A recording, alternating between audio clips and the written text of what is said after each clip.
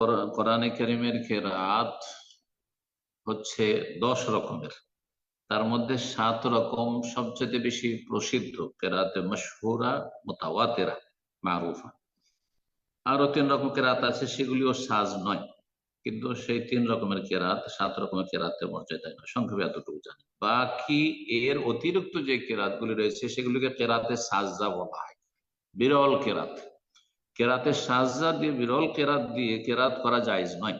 ঠিক, সেগুলি যারা গভীর এলম চর্চা করে কেরাতের সাবজেক্টের উপর, তারা লেখাপড়া করে। যেমন মদিনা ইউনিভার্সিটিতে কুল্লিয়াতুল কোরআনুল কারীম, কোরআনে কারীম ফ্যাকাল্টি রয়েছে। আমাদের হাদিসের ফ্যাকাল্টির পাশাপাশি বিল্ডিং ছিল।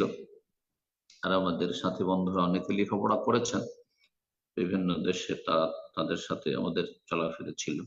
আমরা এই বিষয়ের স্পেশালিস্ট নই, তবে এতটুকু সংক্ষেপে আপনাকে বললাম। তারপরে যে বিষয়টি এখানে জানার, সেটা হচ্ছে এই 7 রকমের কেরাতের ভিতরে যে কোন কেরাতটি বেশি ভালো। 7 রকমের যে কোনোটা পড়তে পারেন, কিন্তু এতে একটি শর্ত হচ্ছে যে এক কেরাত থেকে আর এক কেরাতে আপনি লাফ দিয়ে যেতে পারবেন না, জাম্পিং করতে পারবেন না।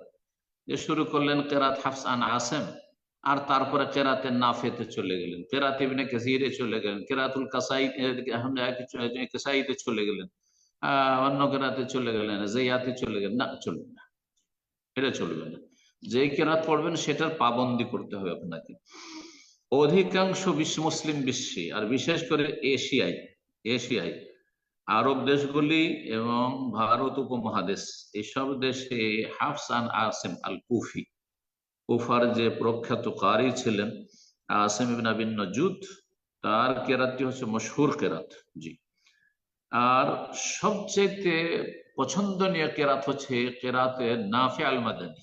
জি।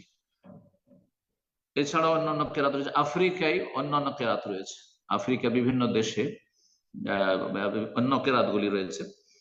তো সেই দেশের ছেলেরা সেই কেরাতে পড়বে, বা সেই দেশের মানুষরা সেই কেরাত পড়বে, যে যেটা জানে।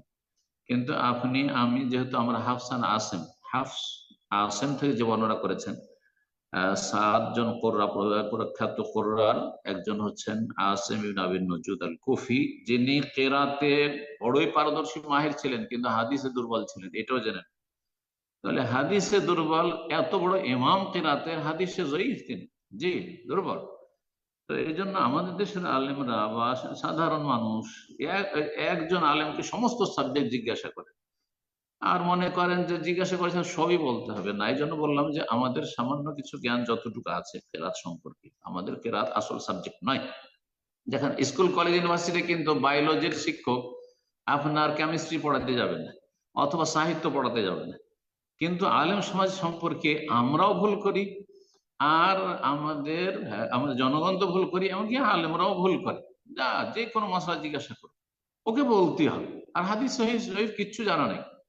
কিন্তু যেহেতু ফিকহ মাসলা কিছু জানে, হ্যাঁ, অথবা আরবি গ্রামার নাহু সারফে বেশ পারদর্শী, সেই ক্ষেত্রেও বলতে গিয়ে কি থেকে কি বলে ফেলে, আর নিজেও গুমরাহ হয়, অন্যকে গুমরাহ করে। সুতরাং আপনারা যথাসাধ্য চেষ্টা করবেন যে আহ যোগ্য ব্যক্তি থেকে, যেই সাবজেক্ট সম্পর্কে জিজ্ঞাসা করছে, যোগ্য ব্যক্তিদের থেকে জানার চেষ্টা করবেন। আল্লাহ রাব্বুল আলামিন তৌফিক দান করুন। বারাকাল্লাহ।